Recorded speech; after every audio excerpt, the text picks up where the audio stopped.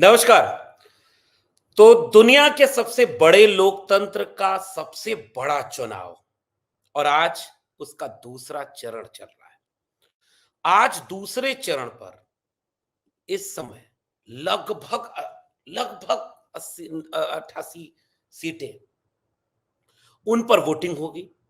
Voting का percentage थोड़ा चिंताजनक है। दावा इस बात के लिए किया जा रहा है कि ये जो वोटिंग कम हो रही है, किस दिशा में ये जाएगी। लेकिन आज इस दूसरे चरण में, आज की वीडियो में दो पक्षों पर बात करेंगे, उत्तर प्रदेश में और बिहार में। मुख्यतः यह दूसरा चरण किसकी तरफ झुकता हुआ दिख रहा है, इसकी करवट किधर है, और इसको लेकर के आज की वीडियो में बातचीत करेंगे। तो इस दूसरे चरण के मतदान का आज एक अहम दिन और मतदान तेजी से हुआ। मतदान का प्रतिशत थोड़ा कम रहा, लेकिन इसको लेकर के एक उम्मीद कि अब मतपेटियां अब ये बयां करेंगी, मशीन बताएगी, जिसके लिए सुप्रीम कोर्ट ने कह दिया कि वीवीपैट का मिलान नहीं करेंगे हम, तो मशीन अब अपने आप अकेले बता देगी कौन जीता और कौन हारा। इसको लेकर के अब बातचीत होगी। लेकिन दूसरे चरण का 2019 का अगर थोड़ा सा समीकरण समझें तो 2019 में 88 सीटें दूसरे चरण में थीं और इस 88 सीटों में से 52 सीटें बीजेपी के पास थीं, 52। कांग्रेस के पास केवल 18 सीटें थीं, जेडीयू के पास 4, शिवसेना के पास 4, जेडीएस के पास 1, 9 सीटें अन्य जैसे बसपा के पास थी और इस तरह के लोगों के पास थी। इस बार का समीकरण ठीक वैसे नहीं जा रहा है और बहुत सारे लोग इस बात का कयास लगा रहे हैं कि नहीं साहब, चीजें बदल रही हैं, भाषा बदल रही है, माननीय प्रधानमंत्री जी की भाषा में तल्खी बढ़ रही है, तेवर बदल रहे हैं और उस बदलाव की दिशा में जब जा रहे हैं तो वो ये दिखा रहा है कि अवसाद तनाव बढ़ता जा रहा है। इसलिए लगातार कभी आरक्षण, कभी हिंदू मुसलमान, प्रधानमंत्री जी उस दिशा में जा रहे हैं। तो अभी देखना दिलचस्प होगा कि अंतिम परिणाम क्या होगा। लेकिन आज हम बात करेंगे बिहार और उत्तर प्रदेश में दूसरे चरण में क्या स्थितियां हैं और इसको लेकर के 5 सीटें ऐसी हैं जिनमें बिहार में दूसरे चरण में आज वोट डाले गए, जिनमें से पहली सीट है किशनगंज, दूसरी सीट है कटिहार, फिर पूर्णिया, भागलपुर चौथी सीट और पांचवी बांका। शुक्रवार का दिन, आपको एक बात पता है, पता नहीं जानबूझकर या अनजाने में 8 चरण में से 4 चरण जुम्मे के दिन है। बाकी मैं कुछ कहूंगा नहीं, वरना कहीं आपको घुसपैठिए न समझ में आने लगे, इसलिए समझदार को इशारा काफी। तो आज भी जुम्मे का दिन था और आज के दिन यह वोटिंग हुई। किशनगंज, कटिहार, पूर्णिया, भागलपुर और बांका। थोड़ा बिहार पर बातचीत करते हैं, फिर आएंगे यूपी के उन 8 सीटों का ब्यौरा लेंगे कि इन दूसरे चरण की 8 सीटें किस करवट जाती दिख रही हैं। तो किशनगंज की लोकसभा सीट का अगर थोड़ा सा समीकरण समझें तो जो 2019 में किशनगंज सीट एकमात्र सीट थी बिहार की 40 में से, जो आज की तारीख के विपक्ष हैं यानी कांग्रेस पार्टी, आरजेडी, उनके खेमे में एक सीट गई थी 40 में से। आरजेडी तो शून्य थी, एकमात्र सीट जो कांग्रेस के पास थी वो किशनगंज सीट थी। कांग्रेस के मोहम्मद जावेद 3,67,017 वोट पाए थे और जेडीयू के उम्मीदवार सैयद मोहम्मद अशरफ को 3,32,551 वोट मिले थे। यहां दिलचस्प था एआईएमआईएम, उसके प्रत्याशी अख्तरुल इमाम, इनको 2,95,029 वोट मिले थे, लगभग 3 लाख। कांग्रेस के प्रत्याशी 34,461 वोटों से जीत गए थे। ओवैसी ने खूब प्रचार किया था। 2024 में फिर से एआईएमआईएम की तरफ से अख्तरुल इमान प्रत्याशी हैं।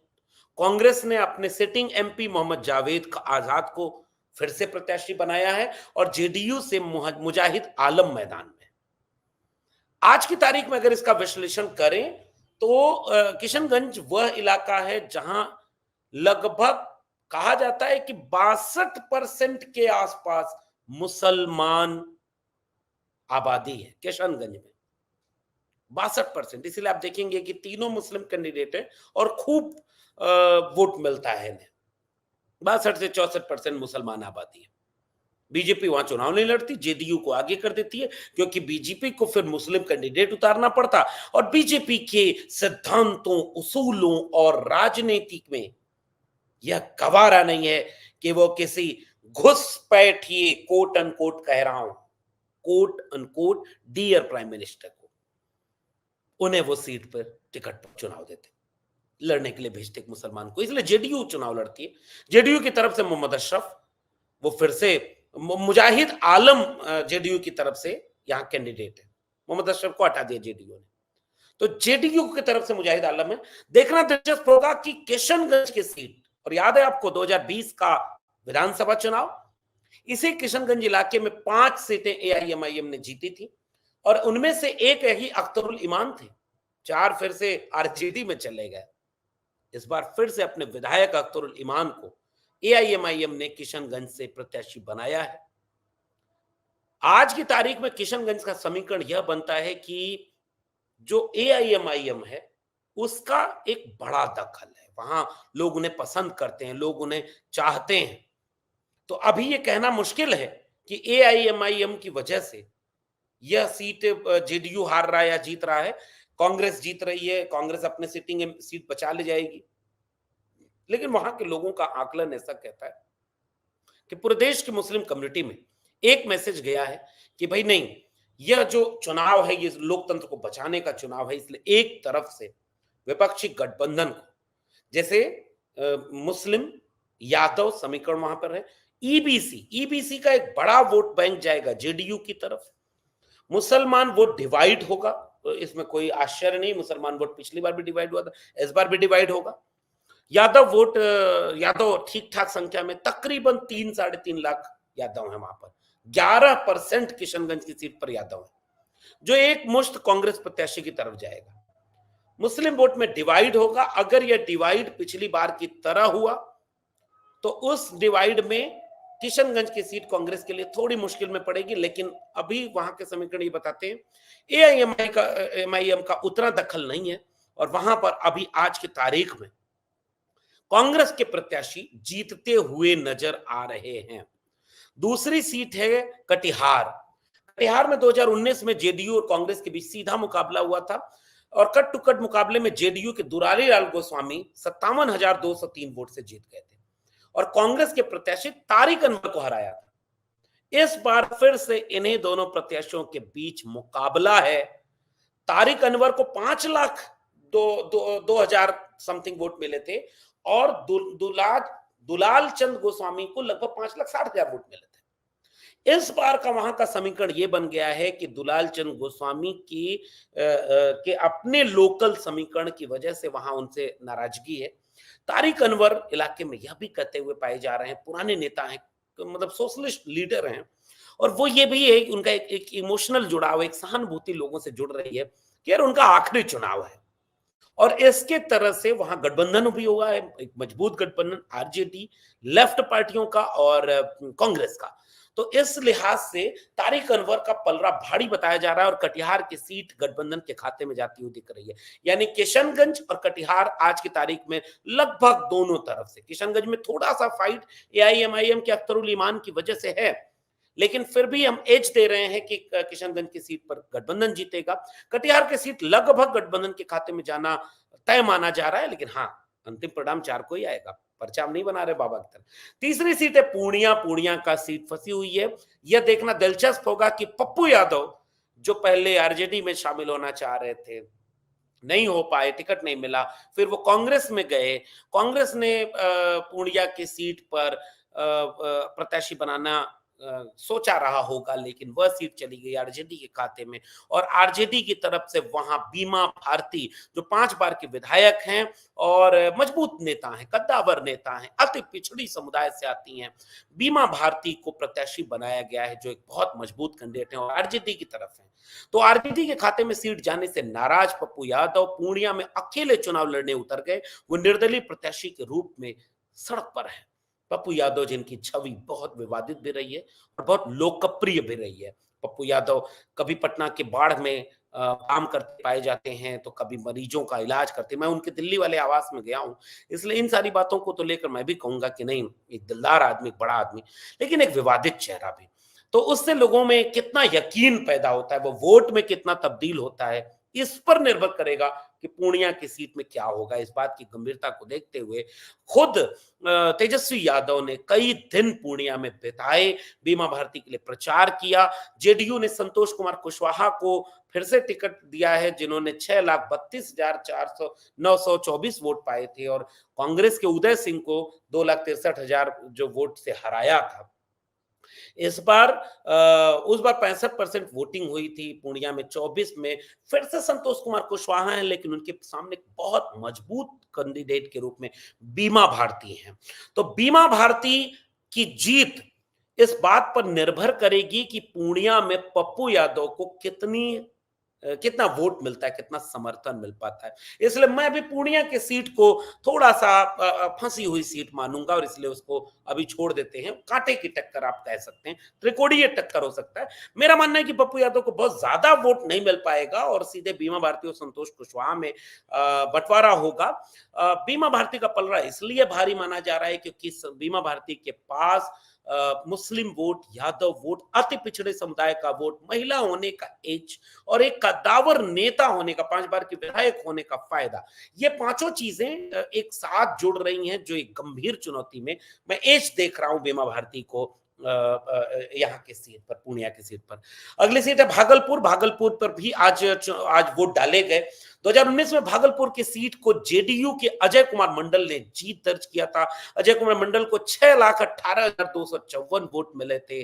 उन्होंने आरजेडी के शैलेश कुमार को हराया था, जिन्हें 3,40,000 वोट मिले थे, और हार का अंतर 2,77,000 था। 2024 में जेडीयू ने फिर से अजय कुमार मंडल को प्रत्याशी बनाया है। वहीं भागलपुर से कांग्रेस के अजीत शर्मा चुनाव लड़ रहे हैं, और अजीत शर्मा अच्छा चुनाव लड़ रहे हैं। आपने देखा होगा कि उनकी बेटी हैं नेहा शर्मा, उन्होंने भी रोड शो किया। एक अलग प्रभाव पैदा कर रहे हैं अजीत शर्मा, और उम्मीद ये बताई जा रही है कि यहाँ भी भागलपुर की सीट पर कांटे की टक्कर है। और अगर सब कुछ ठीक रहा, एक एंटी इनकम्बेंसी वहां के लोगों से ही हुई है, अगर सब कुछ ठीक रहा तो यह सीट भी भागलपुर की सीट विपक्षी गठबंधन यानी इंडिया अलायंस के खाते में जाने के उम्मीद और का कयास ज्यादा है। बाका आखिरी जिला है जहां आज वोटिंग डाली गई बिहार की। 2019 में गिरधारी यादव ने जीत दर्ज की थी और उन्हें 4,77,000 कुछ वोट मिले थे। आरजेडी के जयप्रकाश नारायण यादव हार गए थे चुनाव, 2,77,000 ही वोट मिले और लगभग 2 लाख से वोटों से हार गए। 24 में फिर से ये दोनों लोग आमने सामने हैं, लेकिन अभी इस बात का पूरा दावा नहीं किया जा सकता है कि इनमें से जयप्रकाश नारायण यादव कितना भारी हैं। कांटे की टक्कर बताई जा रही है। बिहार के पूरे समीकरण में एक चीज जोड़ दूं जो बहुत जरूरी है, जिसको समझना जरूरी है, कि 2019 के चुनाव में जेडीयू और बीजेपी दोनों एक साथ मिलकर चुनाव लड़े थे। नीतीश कुमार तब एक कद्दावर नेता हुआ करते थे, अब भी हैं, लेकिन अब उनके अपने समुदाय का पूरा इंटैक्ट रहे वोट, अब ऐसी परिस्थितियां नहीं है। बिहार में आरजेडी ने जिस तरह से नौकरी के सवाल को अहम बना दिया है, तेजस्वी ने अपनी छवि को जैसे नए रूप में गढ़ा है, और बार बार पलटने से नीतीश कुमार की छवि को जो नुकसान हुआ है, इससे लगभग अति पिछड़े समुदाय के 10% वोटरों को आप देखेंगे इधर से उधर होते हुए। इसलिए इन 5 सीटों से, बिहार की 5 सीटों में से लगभग 4 सीटों पर सीधे एज इंडिया गठबंधन के खाते में दिख रहा है। अगर बात करें उत्तर प्रदेश की, तो उत्तर प्रदेश के 8 सीटें हैं। 8 में से 7 सीटें बीजेपी के खाते में गई। अमरोहा, जहां से कुंवर दानिश अली बसपा के टिकट पर चुनाव जीत गए थे, और कुंवर दानिश अली इस बार फिर से अमरोहा में सामने खड़े हुए हैं। उनके सामने बीजेपी की तरफ से कुंवर सिंह तंवर हैं। दानिश अली इस बार कांग्रेस के टिकट पर चुनाव लड़ रहे हैं और माना यह जा रहा है कि वहां इस बार अभी साफ कह पाना कि दानिश अली जीत ही जाएंगे थोड़ा मुश्किल है, लेकिन कांटे की टक्कर अमरोहा में बताई जा रही है। दूसरी सीट अगर हम बात करें तो दूसरी सीट है मेरठ। मैं उन 3 सीटों का अब नाम लेने जा रहा हूं उत्तर प्रदेश के, पश्चिमी उत्तर प्रदेश के, जिन 3 सीटों पर आज की तारीख में इंडिया गठबंधन मजबूती से चुनाव लड़ रहा है और जीतने की स्थिति में है, जिसमें से पहली सीट है मेरठ। मेरठ में सुनीता वर्मा प्रधान, वो समाजवादी पार्टी के टिकट पर इंडिया गठबंधन की तरफ से चुनाव लड़ रही हैं और ये वही मेरठ है जहां पहली रैली प्रधानमंत्री नरेंद्र मोदी ने शुक्रिया, बधाई, धन्यवाद चौधरी चरण सिंह कहते हुए की थी। अपनी चुनावी प्रचार का आगाज किया था मेरठ से और उन्होंने प्रत्याशी बनाया है अरुण गोविल को। आपको याद है राम राम का चरित्र निभाया था रामायण में अरुण गोविल ने, उसी अरुण गोविल को उन्होंने प्रत्याशी बनाया है। और अरुण गोविल, इतना इंटरव्यू उनका वायरल हो चुका है, जब जब उनसे प्रत्याशी कोई पत्रकार पूछ रहे हैं कि अरुण जी क्या है मेरठ की समस्या, तो कहे पहले चुनाव लड़ लूं, जीत जाऊंगा तब समस्या पे विचार करूंगा। कम से कम दसियों बार अरुण गोविल ये बात कहते पाए गए हैं और यह सवाल गंभीर बन चुका है, बाहरी का सवाल। जब बात हुई कि राम आए हैं, राम वोट मांगने आए हैं, राम चुनाव लड़ रहे हैं, आप राम को नाराज तो नहीं करेंगे। चुनाव आयोग बड़ा खुश हो जाता है, कई बार भगवान की बात है, उस पर कोई नोटिस नहीं दी जाती। आप राम के नाम पर वोट मांगिए, आप राम बनकर घूम जाइए, राम की तस्वीर लेकर रैली में, चुनावी रैली में उतर जाइए। लेकिन चूंकि अच्छे दिन हैं तो चुनाव आयोग ऐसा कोई जहमत नहीं उठाता, आराम से सो रहा है।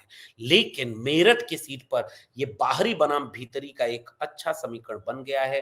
अरुण गोविल की आज की तारीख में हालत बहुत खस्ता है और जो प्रत्याशी हैं सुनीता वर्मा, असल में वो मेरठ के मेयर रह चुकी हैं और याद रखिएगा वो मेयर तब थी जब बीजेपी वहां से बहुत मजबूत, पुख्ता तरीके से बहुत मजबूत रही सुनीता वर्मा। सुनीता वर्मा दलित समाज से आती हैं और ये समाजवादी पार्टी का एक अप्रत्याशित राजनीति है जिस पर बात नहीं होती, क्योंकि आपको समाजवादी पार्टी पर बात करनी है तो केवल परिवारवाद और नकारात्मक चीजें होती हैं।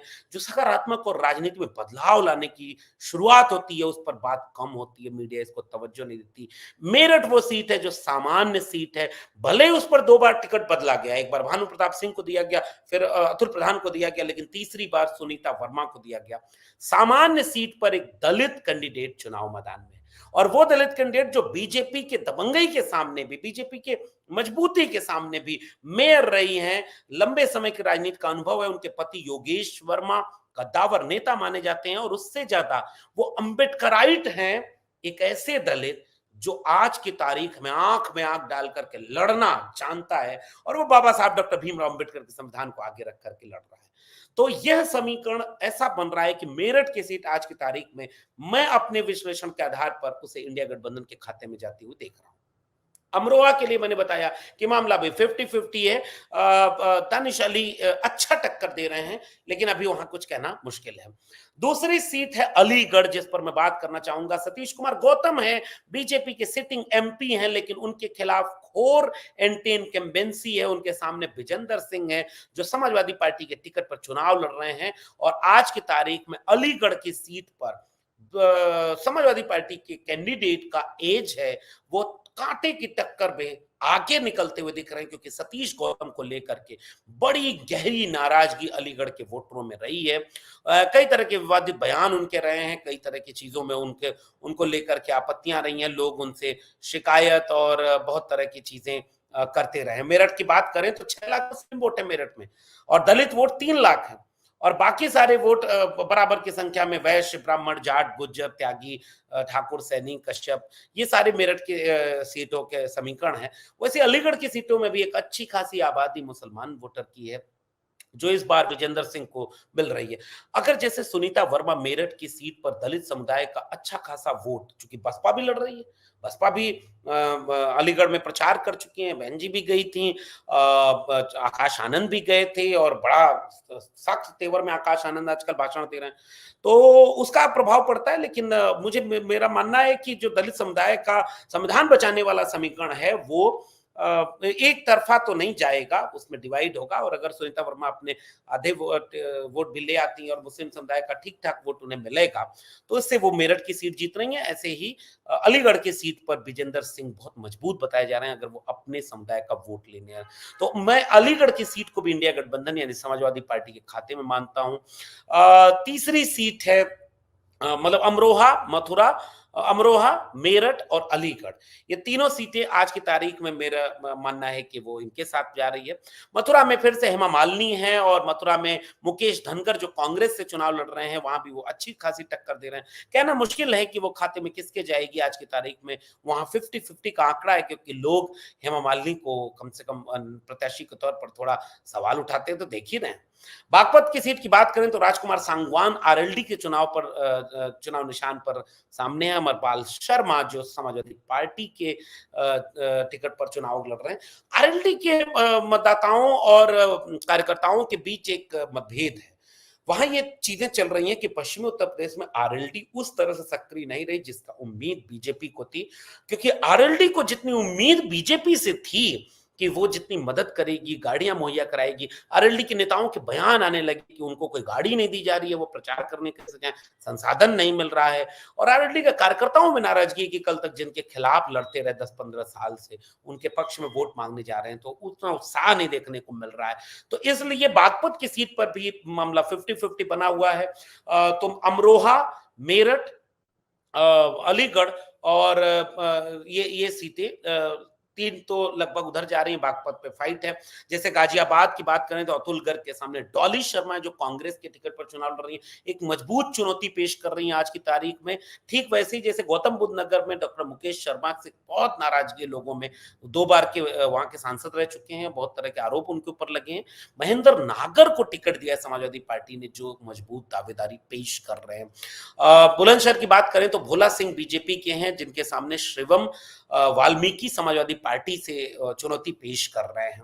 तो इस तरह से 8 में से 4 सीटें कांग्रेस पार्टी की तरफ से हैं, जिसमें से डॉली शर्मा, दानिश अली और मुकेश धनकर ये सीधे-सीधे एक अच्छी चुनौती पेश करते दिख रहे हैं, जिनमें से दानिश अली को ज्यादा एज है, डॉली शर्मा भी एक अच्छी टक्कर दे रही हैं। इसलिए यहां से अगर 2 सीटें निकालने और 3 सीटें मेरठ, अलीगढ़ और बागपत, तो 5 सीटें ऐसी हैं जिसमें आज की तारीख में 8 में से 5 सीटें जिसमें आज विपक्षी दलों को बढ़त मिलती हुई दिख रही है।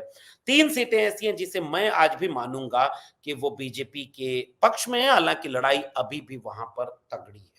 तो इस तरह का समीकरण जो बन रहा है दूसरे चरण का, ये तो बिहार और यूपी ही मैंने 2 राज्यों का विश्लेषण करने की कोशिश की। बिहार में भी 5 में से लगभग आज की तारीख में 4 सीटें सीधे इंडिया गठबंधन के पक्ष में दिख रही हैं। अंतिम परिणाम क्या आता है ये तो अभी देखना, इंतजार करना पड़ेगा। 4 जून को ही तय होगा, हम कोई भविष्यवाणी नहीं कर रहे, लेकिन रुझान ये बताते हैं कि 5 में से 4 सीटें इंडिया गठबंधन के खाते में जाती हुई दिख रही हैं बिहार में। और उत्तर प्रदेश में 8 में से आज की तारीख में 4 तो पक्का है, 5 सीटों का मैं दावा करूंगा कि 8 में से 5 सीटें इंडिया गठबंधन के खाते में जाती हुई दिख रही हैं। 3 सीटों पर बीजेपी बढ़त में है, लेकिन चुनौती उसे अच्छी खासी मिल रही है। तो उधर नीतीश कुमार का जाना और इधर जयंत चौधरी का जाना, ये दोनों आज की तारीख में बीजेपी को उतना फायदा नहीं पहुंचा रहा है जितना बीजेपी चाहती थी। अब यही इम्तिहान हमारे विश्लेषण का भी है कि क्या वाकई नीतीश कुमार अपना वोट बैंक इंटैक्ट रख पाते हैं? क्या चौधरी चरण सिंह के नाम पर, चौधरी अजीत सिंह के नाम पर चौधरी जयंत चौधरी अपने वोटरों को उस तरह से दिखाना कामयाब हो पाते हैं? क्योंकि ये वही दूसरा चरण है जिसके लिए जाटों की नाराजगी मोल लेने से बचने वाली, डरने वाली बीजेपी आज तक कैसरगंज से बृजभूषण शरण सिंह को टिकट देने में आज तक बचती रही है। तो मेरा मानना है कि बीजेपी मुश्किल में है। बीजेपी 2019 वाली स्थिति में कहीं से भी नहीं दिख रही है, किसी भी हालत में नहीं दिख रही है, और चुनाव की खामोशी ये बयां कर रही है। और बीजेपी के नेताओं की बड़बोलापन अभी इशारा कर रहा है कि मामला मुश्किल में फंसता जा रहा है। आपका क्या मानना है नीचे कमेंट बॉक्स में जरूर बताइएगा। फिर मिलेंगे किसी और विषय के साथ, तब तक के लिए बहुत बहुत धन्यवाद।